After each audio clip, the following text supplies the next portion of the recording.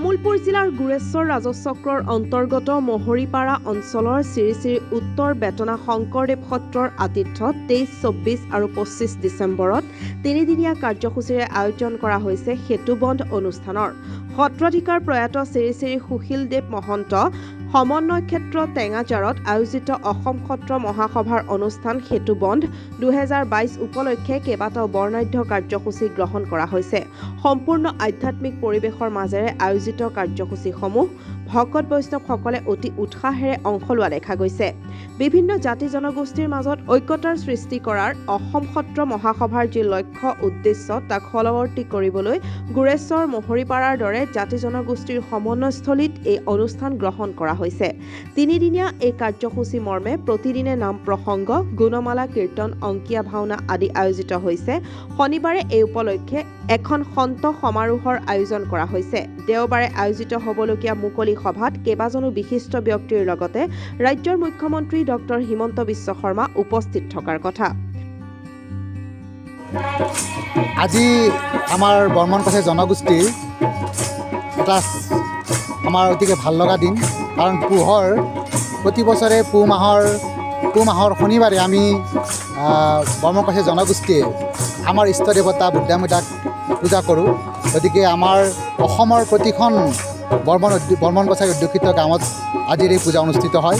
আমাৰ পুহ মাহৰ দ্বিতীয়টো শনিবাৰ আমি এতিয়া ধাৰ্য কৰিছোঁ, কাৰণ গোটেইটো মাহৰ শনিবাৰে পূজা কৰাটো আচলতে আমাৰ কাৰণে অলপ অসম্ভৱ হয়।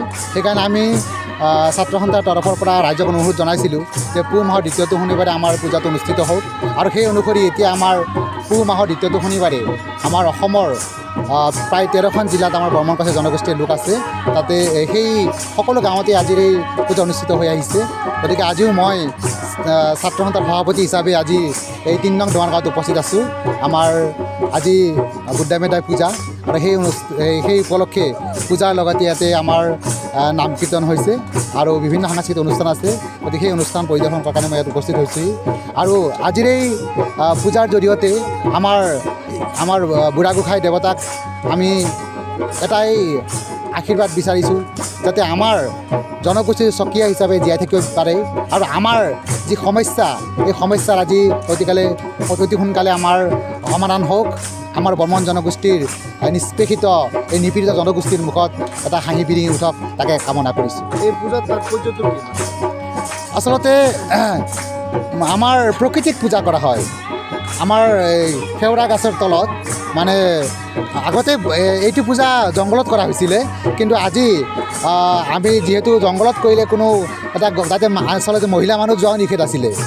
গতিকে পূজা এনেকুৱা জংঘলত পূজা কৰা হৈছিলে, কিন্তু এতিয়া সেই পূজাটো আমি আমাৰ ৰাইজৰ ওচৰত লৈ আহিছোঁ। জংঘলৰ পৰা এতিয়া আমি ৰাইজৰ ওচৰত লৈ আহিছোঁ। যুগ যুগ ধৰি পূজা চলি আছে। কিন্তু কথা হ'ল এই যে য'ত নেকি ৰাইজৰ ওচৰত আহিছে, কিমান তম হৈছে, ইয়াতে দশম বাৰ্ষিক হৈছে, ৰাইজৰ ওচৰত দশম বাৰ্ষিক হৈছে। কিন্তু জংঘলত পূজা কৰি আহিছে যুগ যুগ ধৰি আমাৰ জনগোষ্ঠী যেতিয়াৰ পৰা জন্ম আছে, যেতিয়াৰ পৰা জনগোষ্ঠীটো জন্ম হৈছে তেতিয়াৰ পৰা এই পূজা চলি আহিছে। এই বুঢ়া বুঢ়ীক পূজা কৰা হয়, মানে বুঢ়াই বুচ্চি বুলি কোৱা হয়, বুঢ়া বুঢ়ীক পূজা কৰা হয়। আৰু ইয়াতে বিভিন্ন জনজাতীয় যিখিনি নিয়ম, ইয়াতে কণীৰে পূজা কৰা হয়, ইয়াতে বলি প্ৰথাটো চলে। আৰু লগতে আমাৰ দেৱতাক আমি মদ নিদিলে সন্তুষ্ট নহয়, গতিকে মদ দি পূজা কৰা হয়। এনেকুৱা জনজাতীয় হিচাপে এই পূজাটো হয়। গুৰেশ্বৰৰ পৰা কাশ্যপ চৌধুৰীৰ ৰিপৰ্ট, খবৰ লাইভ।